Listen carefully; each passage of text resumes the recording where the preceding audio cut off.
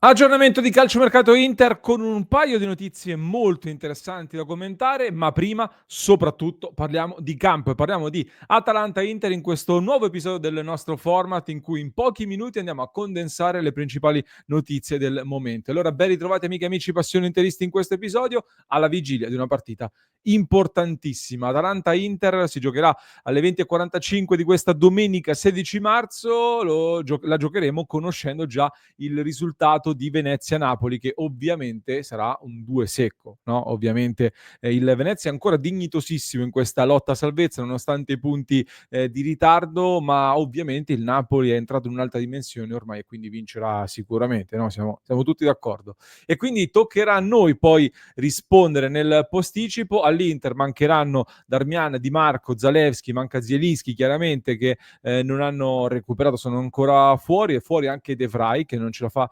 nemmeno lui per questa partita, quindi diciamo che la formazione di Inzaghi è praticamente quasi fatta, con Sommer tra i pali, visto che col Feyenoord è stato testato anche per ritornare in questa partita. Pavard è l'unico ballottaggio ancora aperto in questo momento, a quanto pare, lì sulla destra con Bissac, ed è in vantaggio Pavard, con Acerbi e Bastoni. Tra l'altro Bissac alla prima convocazione con la Germania, come dicevamo qualche mese fa, ed è stato confermato. Per cui Pavard in vantaggio, Acerbi e Bastoni a completare la difesa. Dumfries a destra, Carlos Augusto a sinistra, Barella, Cianoglu, Mkhitaryan in mezzo, in attacco Lautaro Martinez e Thuram. Nell'Atalanta c'è ancora qualche dubbio da capire, soprattutto in attacco. Carnesecchi in porta, Jim City, Hien e Kolasinac in difesa, Bellanova a destra, Zappacosta a sinistra con Ederson e De Ron in mezzo. Da capire lì davanti, insieme a Lookman e Retegui, uno tra Brescianini, De Ketelare e Pasalic dovrebbe essere uno di questi, chiaramente giocatori differenti, quindi dovesse giocare Brescianini, De Ketelare o Pasalic cambierebbe in base a chi gioca l'approccio dell'Atalanta, alcune situazioni, alcune combinazioni tattiche in una partita in cui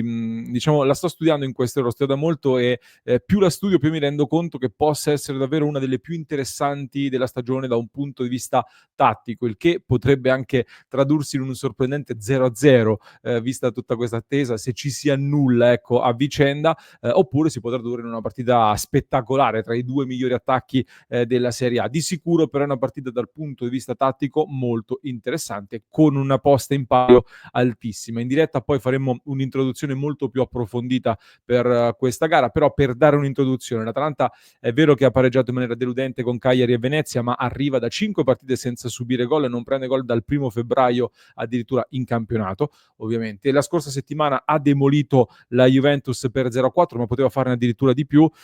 Secondo me, studiando anche quella partita lì,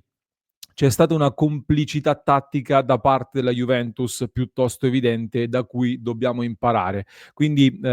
si affrontano due grandi attacchi, come detto, Inter-Atalanta 63 gol a testa, 13 in più rispetto alla Lazio che ne ha segnati 50, che è il terzo miglior attacco. Come caratteristiche ne abbiamo parlato spesso, di base Inter-Atalanta hanno dei moduli, degli stili di gioco che possono sembrare simili, l'Atalanta però è molto più orientata ai duelli uomo contro uomo, soprattutto centrocampo e tanta intensità fisica, mentre l'Inter è molto più camaleontica, molto più variabile anche nei suoi approcci, soprattutto dentro questa stagione, con tanto movimento continuo dei giocatori. Uno stile che ha spesso messo in crisi l'Atalanta, visto che ne abbiamo vinte praticamente tutte le ultime, si arriva da una serie di 3 partite in cui l'Inter ha vinto per un 10-0 complessivo, però ecco attenzione perché la storia non va in campo assolutamente, e soprattutto perché l'Atalanta, intanto sta lottando adesso al momento solo sul campionato, c'è un grandissimo entusiasmo ed è un'Atalanta che è anche un po' cambiata per come l'ho vista io, è diventata rimane sempre ben chiara nel suo sistema di gioco, nell'idea, di Gasperini assolutamente, ma forse un pochino meno integralista e un po' più abile anche ad adattarsi agli avversari. Cioè contro la Juventus, per esempio, è stata più bassa come baricentro, molto più bassa rispetto al solito e quindi pronta poi a ripartire. Questa volta però, come detto, c'è tantissimo entusiasmo con i tifosi che stanno caricando molto questa partita con tanto di invasione, tra virgolette, al centro sportivo per caricare la squadra. Giocheranno in casa, quindi avranno questa spinta, per cui penso che vorranno fare la partita. E l'Inter quindi che cosa deve fare in questa partita? Per me, ecco, semplicemente deve fare il suo gioco, il solito gioco che sa fare l'Inter, cioè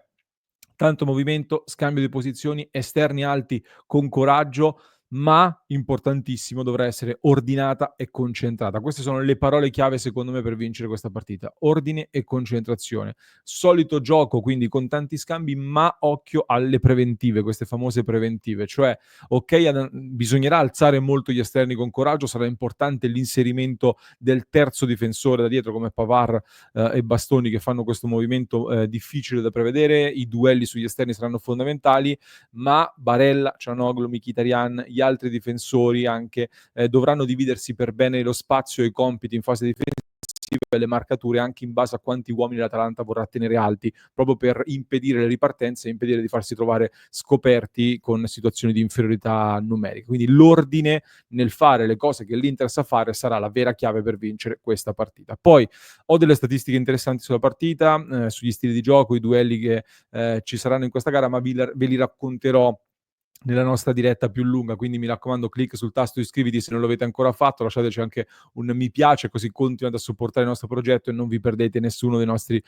contenuti. L'ultima cosa che volevo dire su questa partita, per andare poi anche agli altri temi, è che subito dopo ci sarà la sosta per le nazionali. Già la settimana scorsa ne avevamo parlato in diretta, ma lo ribadisco, più ci si avvicina a questa sosta, cioè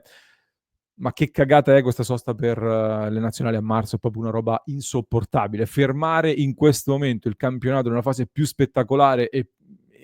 veramente più intensa la trovo veramente una sciocchezza enorme, soprattutto, ecco, mentre studiavo Atalanta-Inter, più la studiavo più mi veniva voglia di dire: "Ma perché fermarsi subito dopo proprio questa partita?" Ecco, a livello di spettacolo vai proprio a smorzare tutto in questa fase. Però prendiamoci il lato buono di questa cosa, si potrà lavorare su alcuni giocatori che rimarranno da piano e che quindi potrai recuperare bene, a partire da Sommer e Martinez, i due portieri. In difesa avremo ancora da piano praticamente quasi tutta la difesa, mettiamola molto così, tra Acerbi, De Vrij, Carlos Augusto, Darmian, Di Marco stesso, che fortunatamente rimarrà ad Appiano e potranno recuperare, Zielinski, che però non avremo nemmeno per il mese di aprile, Mkhitaryan soprattutto, che ci servirà tantissimo lì in mezzo al campo, e anche Correa, mentre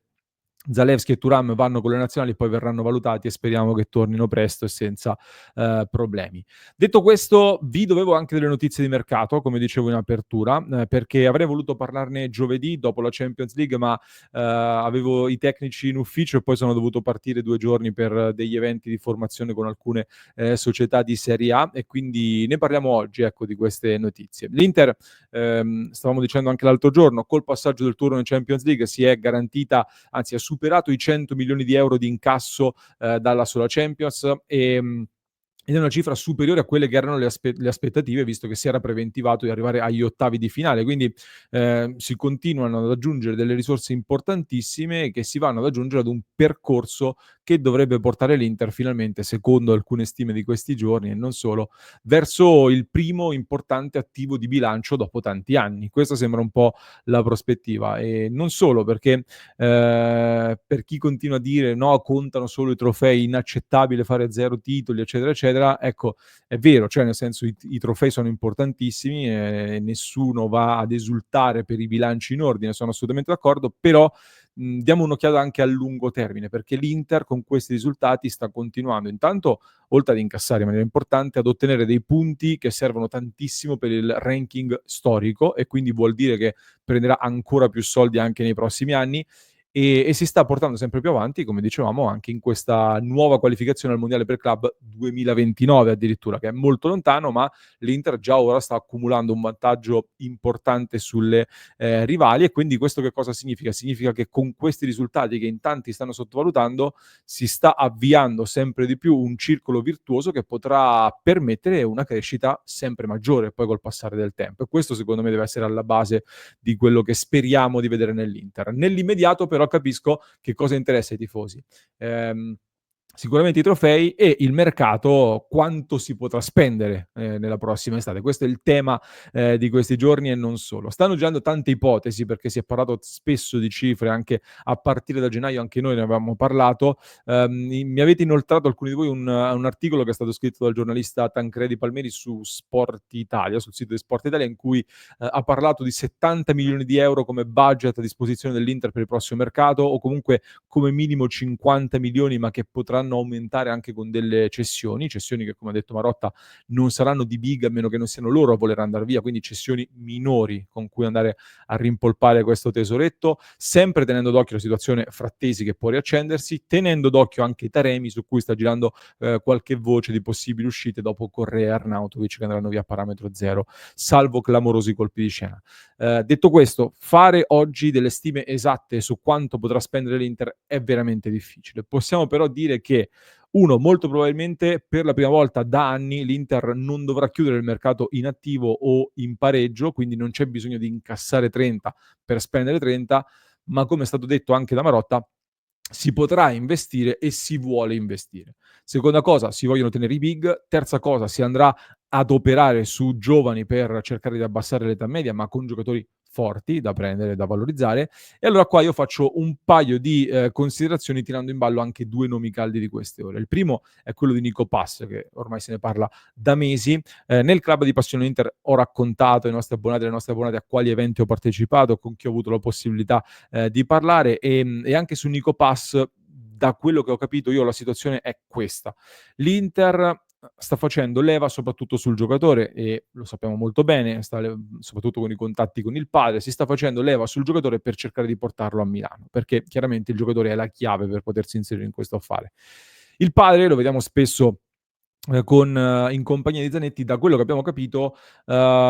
pensa davvero che l'Inter possa essere la prossima tappa più corretta per continuare questo percorso di crescita del figlio del giocatore sostanzialmente. Quindi il percorso migliore per continuare a far crescere Nico lo vede veramente nell'Inter di Simone Inzaghi e quindi il padre sembra in questa fase davvero un ottimo alleato per l'Inter nella corsa a Nico Pass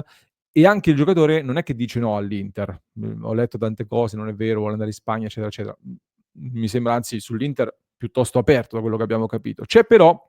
una situazione molto intricata legata al cartellino e al controllo del cartellino, perché il Real Madrid, lo sappiamo, lo può riacquistare per 9 milioni quest'anno, 10 l'anno prossimo e 11 o 12 l'anno dopo ancora, dal Como che lo aveva acquistato a titolo definitivo e quindi il Real Madrid sa che può diventare un giocatore da Real Madrid o comunque fruttare tanti soldi ancora se si gioca bene le sue carte. Il Como stesso ha una proprietà molto forte, non ha bisogno di soldi e anzi lo vuole tenere Nico Pass e possono pensare di trovare anche un accordo differente col Real Madrid in questo momento. L'Inter sta cercando quindi di inserirsi in questa situazione qua che non è ancora definita. Quindi questo è lo stato delle cose con la novità, come detto, del padre che fa un assist all'Inter, l'Inter che cerca di lavorare sul giocatore per inserirsi in questa trattativa. Dall'altro lato, secondo nome, occhio a quello di Arda Güler, sempre dal Real Madrid, lui interamente di proprietà del Real Madrid, lui probabilmente anche un pochino più attaccante di Nico Pass come caratteristiche, comunque in alcuni casi anche Nico Pass ha giocato un po' da falso attaccante, quindi sarebbe interessante capire per entrambi che tipo di evoluzione si potrebbe avere nell'Inter, ma ne riparleremo eventualmente. Arda Güler è in uscita dal Real Madrid per giocare di più, gli agenti sembrano molto attivi, davvero molto attivi, soprattutto in Italia, e si sta parlando concretamente di un possibile derby all'orizzonte tra Inter e Milan, soprattutto, con anche assist esterni che spingono Arda Güler verso l'Italia. Güler, a mio modo di vedere,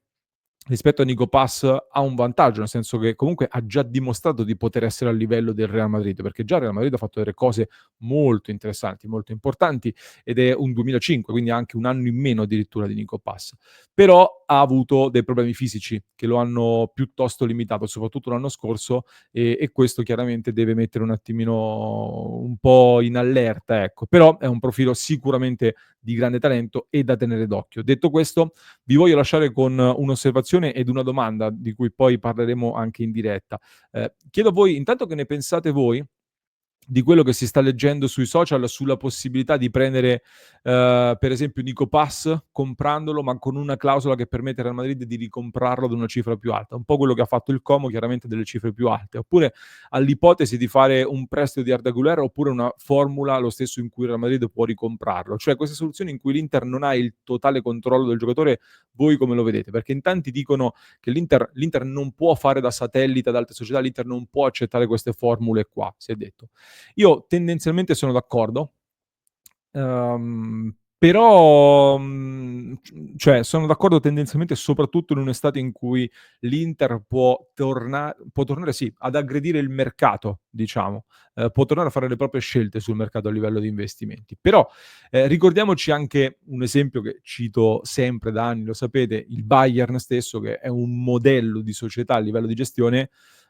comunque con giocatori in prestito ha avuto un contributo importante per arrivare al triplete, tra cui il nostro Perisic che poi è tornato all'Inter, se vi ricordate. Il Real Madrid rimane poi comunque in questo momento una società di status superiore rispetto all'Inter, bisogna dirlo. Quindi fare un'operazione in cui ti porti a casa un giocatore che ti serve per un paio di anni anche, eccetera, ad un prezzo inferiore del suo reale valore è da tenere d'occhio. Cioè, se il Real Madrid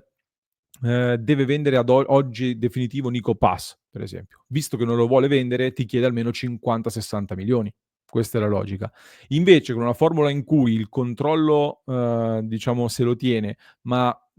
ti può vendere nell'immediato un giocatore a 20, 25 e poi loro lo possono ricomprare a 40 milioni, per dire ecco, tu per 1 anno o 2 ti sei preso un giocatore che non avresti potuto comprare in realtà, perché 50, 60 milioni non penso li possa spendere l'Inter per il solo Nico Pass in un'estate in cui dovrà fare tante operazioni e ti garantisci praticamente una plusvalenza quasi assicurata, anche se poi non è detto che il Real Madrid lo ricompri, magari puoi trovare anche un nuovo accordo per tenerselo, come sta provando a fare il Como, per esempio. Quindi con modalità differenti potrebbe somigliare un pochino anche a quello che è stato fatto con Hakimi, che era un discorso simile nei fatti, ma ripeto, modalità molto differenti, però sapevi che dopo un anno si sarebbe valorizzato e quindi hai fatto un investimento forte sapendo che poi l'anno dopo avresti subito fatto cassa con il giocatore. Però ditemi un po' la vostra, che cosa ne pensate su questa operazione e poi leggeremo i vostri commenti nella diretta delle 19:30 e nella diretta di Atalanta-Inter da seguire, sempre qua con il canale più seguito quando gioca l'Inter, ovvero Passione Inter. Nel club poi le notizie arrivano prima, vi raccontiamo retroscena, curiosità e non solo, con tanti altri contenuti che vi portiamo nella nostra community, quindi www.passioneinter.club. Se volete entrare a far parte della nostra community, sostenete il nostro progetto ragazzi, perché grazie al vostro supporto possiamo lavorare a questi contenuti ogni giorno e a tante novità che vi portiamo settimanalmente sui nostri canali e in vista poi del mondiale per club e del prossimo mercato stiamo lavorando a delle cose veramente importanti, quindi nel club potete supportarci e restare in contatto con i nostri interisti da tutto il mondo. Io vi lascio con un altro approfondimento che trovate in descrizione per chi ci ascolta in podcast, mentre per chi ci segue su YouTube vi basta cliccare qui.